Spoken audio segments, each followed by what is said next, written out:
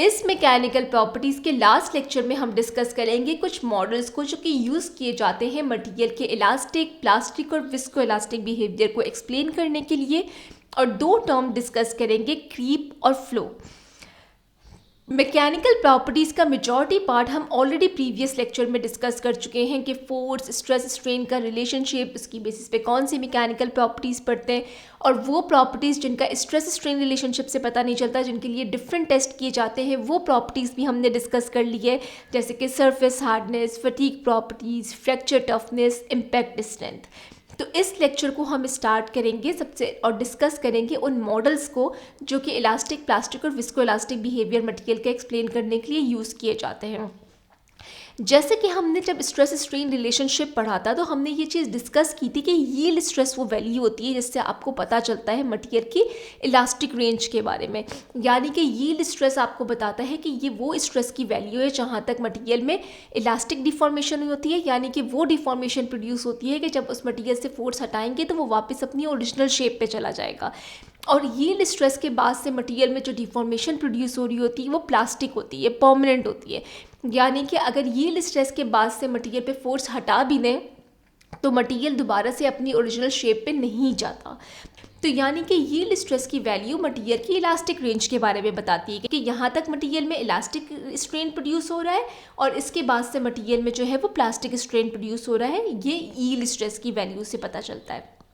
तो yield stress वो property है जो कि एक इलास्टिक मटेरियल की प्रॉपर्टीज़ को कैरेक्टराइज करने के लिए यूज़ की जाती है। यानी कि जिस मटेरियल की यील्ड स्ट्रेस की वैल्यू ज़्यादा होगी तो इसका मतलब कि उसके अंदर इलास्टिक प्रॉपर्टी यानी कि इलास्टिसिटी उतनी ज़्यादा है।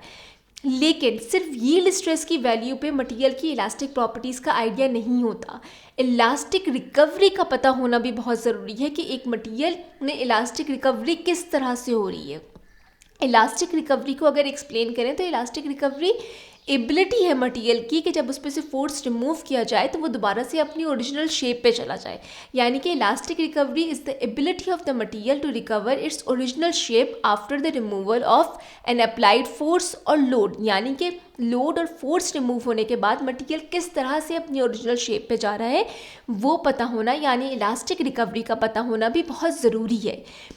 तो ये जो इलास्टिक रिकवरी का पैटर्न है कि इलास्टिक मटेरियल्स में कैसे होती है इलास्टिक रिकवरी, प्लास्टिक मटेरियल्स में इलास्टिक रिकवरी होती है नहीं होती है, कैसे होती है, विस्को इलास्टिक मटेरियल्स किस तरह से उनमें इलास्टिक रिकवरी होती है, इनको मॉडल्स के थ्रू समझा जाता है और उन मॉडल्स के लिए मटेरियल्स यूज़ किए जाते हैं। जैसे कि इस मॉडल्स में जो कि अभी हम पढ़ेंगे आगे जाके, उनमें जो था वो स्प्रिंग को यूज़ किया गया है as an elastic material, dashpot को यूज़ किया है प्लास्टिक मटेरियल के तौर पे, और डैशपॉट और स्प्रिंग को कॉम्बिनेशन में यूज़ किया है विस्को इलास्टिक मटेरियल्स के लिए।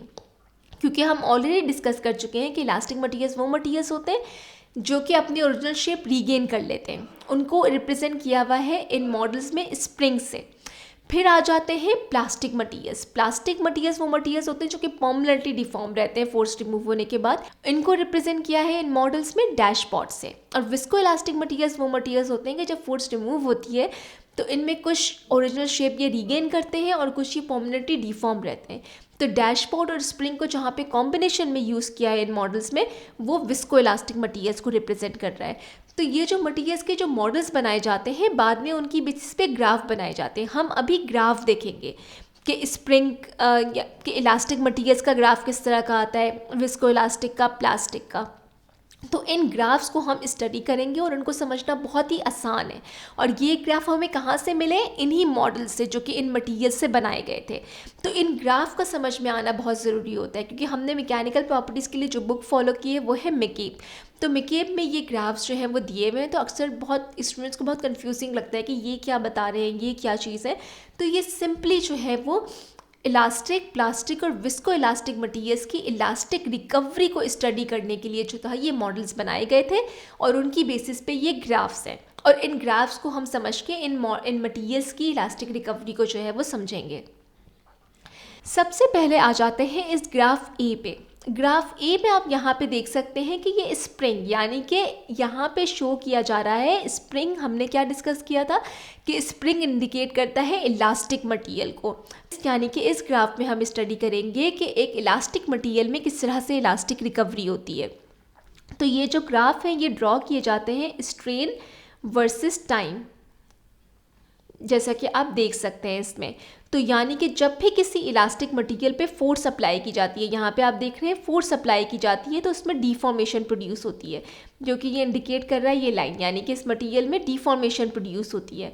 जब भी किसी मटेरियल पे फोर्स अप्लाई की जाती है इलास्टिक मटेरियल में, उसमें डिफॉर्मेशन प्रोड्यूस होती है, और वो डिफॉर्मेशन सस्टेन रहती है जब तक लोड अप्लाई हो रहा होता है, जब तक लोड मेंटेन हुआ हुआ होता है। जैसे ही फोर्स को रिमूव कर देते हैं, यहाँ पे आप देख सकते हैं, ऐसे ही फोर्स को रिमूव कर दिया तो मटेरियल दोबारा से अपनी ओरिजिनल शेप पे वापस आ जाता है, जो कि इंडिकेट कर रहा है इससे पॉइंट ज़ीरो से। यानी कि इलास्टिक मटेरियल्स वो मटेरियल्स होते हैं कि जब उन पे फोर्स अप्लाई की जाती है तो उनमें डिफॉर्मेशन प्रोड्यूस होती है, जैसा कि आप यहाँ पे देख सकते हैं कि उनमें डिफॉर्मेशन प्रोड्यूस होती है, और जैसे ही फोर्स को रिमूव कर देते हैं उन मटेरियल्स में, वो मटेरियल्स दोबारा से अपनी ओरिजिनल शेप में वापस आ जाते हैं। तो ऐसे मटेरियल्स जो हैं वो आपके पास क्या कहलाते हैं, इलास्टिक मटेरियल्स। और स्प्रिंग यहाँ पे यही इंडिकेट कर रहे हैं इलास्टिक मटेरियल को।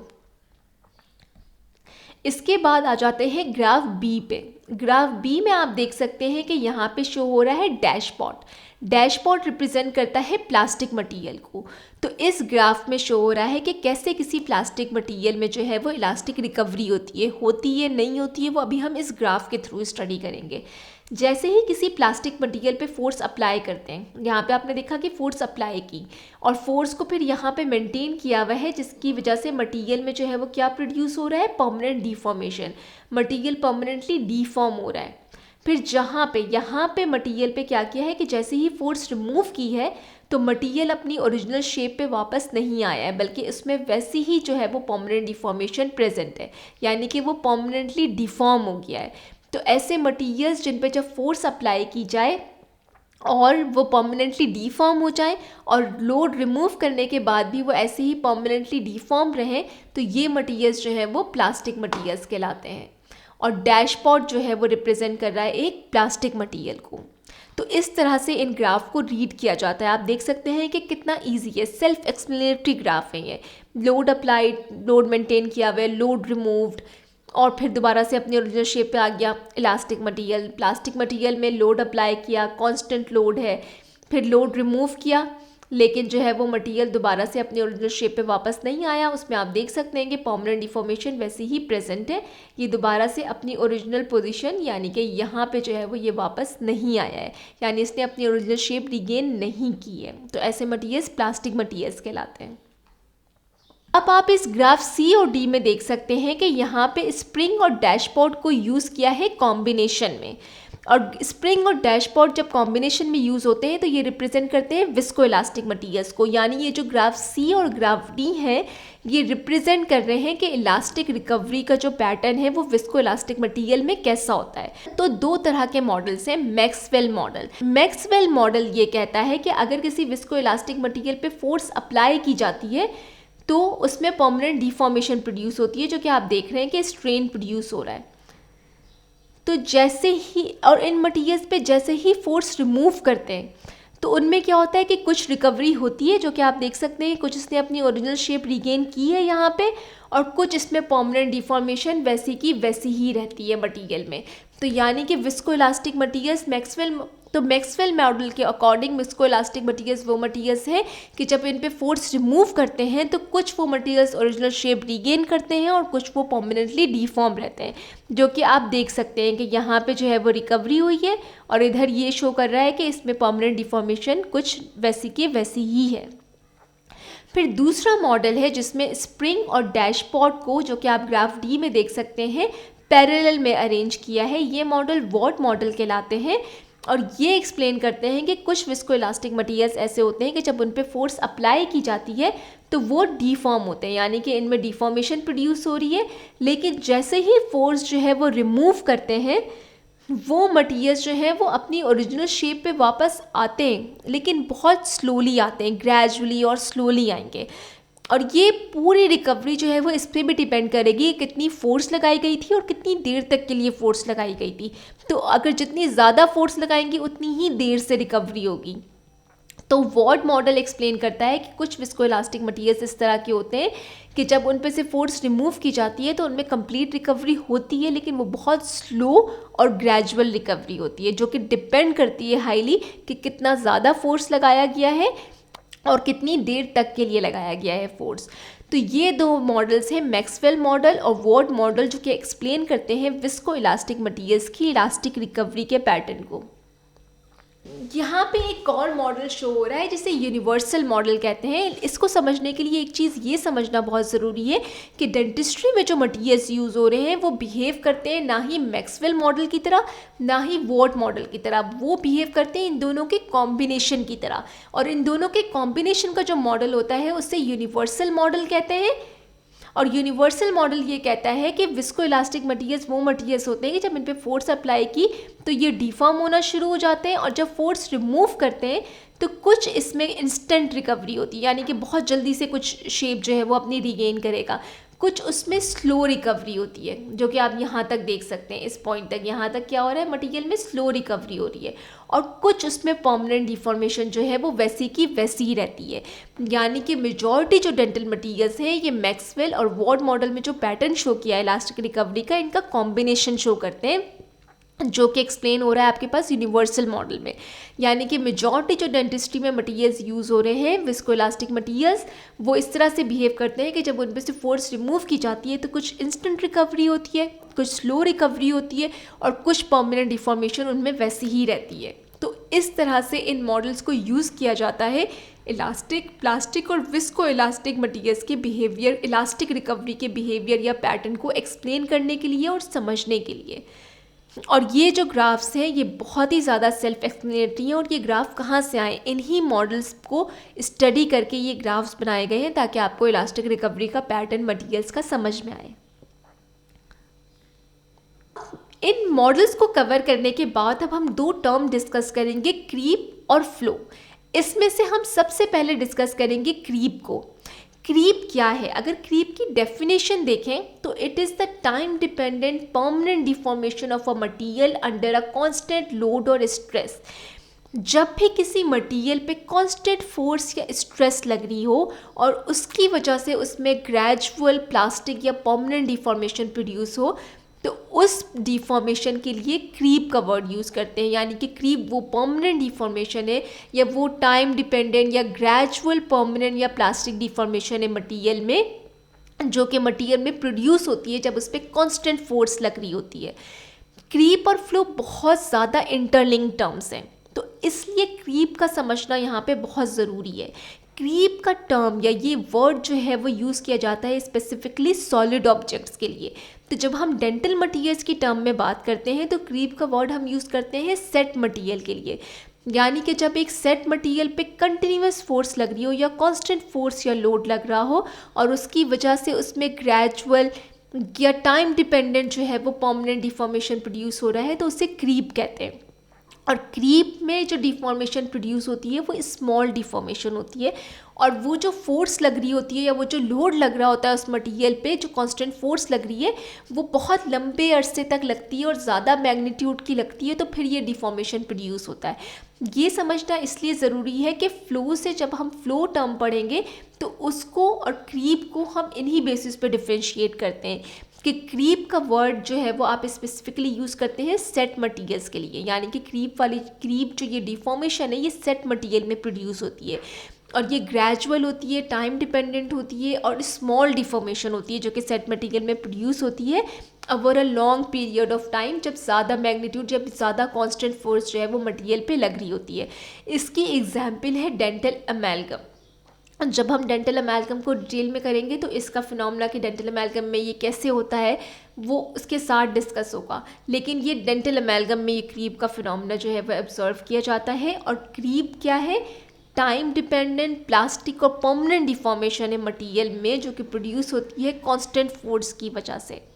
और ये जो क्रीप की टर्म है ये स्पेसिफिकली यूज़ की जाती है सेट मटीरियल्स के लिए, सॉलिड ऑब्जेक्ट्स के लिए यूजली यूज़ की जाती है। तो जब हम डेंटल मटीरियल्स की टर्म में बात करते हैं तो क्रीप यूज़ किया जाता है सेट मटीरियल के लिए, यानी कि सेट मटीरियल में देखने में आएगा।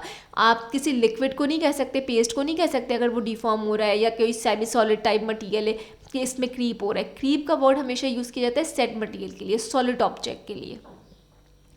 तो आई होप कि ये क्रीप आपको यहाँ पे क्लियर हो गया हो। तो अब जो नेक्स्ट टर्म हम डिस्कस करेंगे वो है फ्लो। तो फ्लो की अगर डेफिनेशन देखें तो इसकी सिंपली डेफिनेशन ये है कि it refers to the deformation of a material under low stress. यानी कि किसी मटेरियल पे आपने बहुत कम फोर्स लगाई और उसमें ज़्यादा डिफॉर्मेशन प्रोड्यूस हुई कम टाइम में और कम फोर्स पे, और बिल्कुल ना होने के बराबर फोर्स लगाई या बहुत ही कम फोर्स लगाई और ज़्यादा डिफॉर्मेशन प्रोड्यूस हो गई कम टाइम में, तो ये जो डिफॉर्मेशन होता है इसके लिए फ्लो का वर्ड यूज़ करते हैं।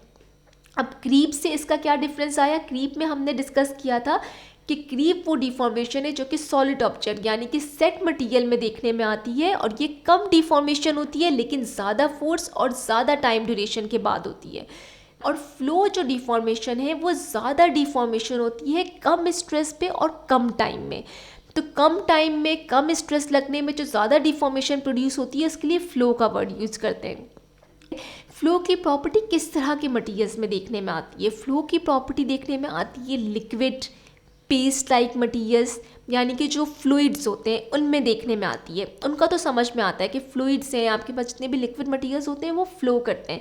यानी कि आपके पास अगर फॉर एग्जांपल आप खुद भी सोचें कि अगर आपके पास एक ट्यूब है और उसमें आपके पास जो है वो कोई मटीरियल फ्लूइड फॉर्म में, तो अगर आप हल्का सा भी फोर्स अप्लाई करते हैं तो क्या होता है, बहुत सारा मटीरियल जो है वो निकल के आ जाता है क्योंकि वो फ्लूइड कंसिस्टेंसी में होता है, लिक्विड होता है। तो एक तो फ्लो की properties liquid, paste like consistency, fluids उनके लिए इंपॉर्टेंट होती है। दूसरी ये फ्लो की प्रॉपर्टी देखने में आती है अनसेट मटेरियल्स में, क्योंकि अनसेट मटेरियल्स में हमने डिस्कस किया था कि मटेरियल सेट नहीं हुआ होता, क्योंकि सेट होने के बाद मटेरियल या तो फ्लेक्सिबल सॉलिड्स बन जाता है या फिर रिजिड सॉलिड्स बन जाता है, तो वो भी सॉलिड फॉर्म में नहीं आया होता। तो उस पर अगर आप हल्की सी भी अनसेट मटेरियल पे फोर्स लगाएंगे तो वो जो है वो मटेरियल में डिफॉर्मेशन प्रोड्यूस हो जाएगी और वो शेप चेंज करेगा। ज़्यादा डिफॉर्म हल्की सी भी लगाएंगे कोई सेट ही नहीं है वो, तो वो डिफॉर्म हो जाएगा मटेरियल। और दूसरा ये और लास्टली ये फ्लो की प्रॉपर्टी देखने में आती है सॉफ्ट मटीरियल्स में या फिर उन मटीरियल्स में जिनको यूज़ करने के लिए सॉफ्ट किया जाता है, जिसकी सबसे बड़ी एग्जांपल है डेंटल वैक्सेस। अगर आपने डेंटल वैक्सेस अभी यूज़ कर लिया है तो आपको ये प्रॉपर्टी बहुत ही अच्छे से समझ में आएगी। वैक्सेस को यूज़ करने के लिए आप क्या करते हैं, आप क्या उनको हीट करते हैं, हीट करके हम सॉफ्ट कर रहे होते हैं, और जैसे ही वैक्स सॉफ्ट हो जाती है तो आप नोट करते हैं कि उसमें फ्लो की प्रॉपर्टी आ जाती है। वो क्या करते हैं कि जैसे आप हल्की सी भी फोर्स लगाते हैं उस वैक्स पे जो कि सॉफ्ट हुई हुई है, तो क्या होता है वो बहुत तेज़ी से डिफॉर्म होता है, तेज़ी से अपनी शेप चेंज करता है। आपको बहुत एफर्ट नहीं करनी पड़ रही होती उसकी शेप को चेंज करने के लिए या उसे मैनिपुलेट करने के लिए, डिफॉर्म करने के लिए। आप सिंपली क्या करते हैं, हल्की सी भी फोर्स लगाते हैं, वो सॉफ्टन स्टेट में होता है, तो वो क्या करता है मटेरियल कि वो इजीली डिफॉर्म हो जाता है हल्की सी भी फोर्स से, और कोई बहुत टाइम भी नहीं लगता। तो यानी कि जो आपके पास डेंटल वैक्सेस होते हैं वो फ्लो की प्रॉपर्टी शो करते हैं जब उन्हें सॉफ्ट किया जाता है, यानी कि उनमें ज़्यादा डिफॉर्मेशन प्रोड्यूस होती है कम टाइम में और कम फोर्स पे। क्योंकि डेंटल वैक्सेस से आप विक्स पैटर्न कैसे बनाते हैं, उसे सॉफ्ट करते हैं, फिर हमें उसे मॉडल पे अडेप्ट करवाना होता है। समटाइम्स हमें क्या करना होता है कि उसको शीट की फॉर्म में लाना है, फोल्ड करना है, तो हम इसी फ्लो की प्रॉपर्टी का जो है वो फ़ायदा उठाते हैं उसकी, यानी कि कम स्ट्रेस पे उसमें ज़्यादा डिफॉर्मेशन प्रोड्यूस कर सकें, उसे मैनिपुलेट कर सकें, उसकी शेप को चेंज कर सकें अपने लिहाज से। तो इसलिए ये फ्लो की प्रॉपर्टी जो है वो डेंटल वैक्सेस के लिए बहुत ही इंपॉर्टेंट होती है। आई होप कि आपको यहाँ तक जो है वो क्लियर हो गया हो। यहाँ पे हमने सारी मैकेनिकल प्रॉपर्टीज़ जो है वो मटीरियल्स की ख़त्म कर ली हैं। अब हम आगे के लेक्चर्स में इसकी थर्मल, बायोलॉजिकल, रियोलॉजिकल और केमिकल प्रॉपर्टीज़ जो है वो कवर करेंगे।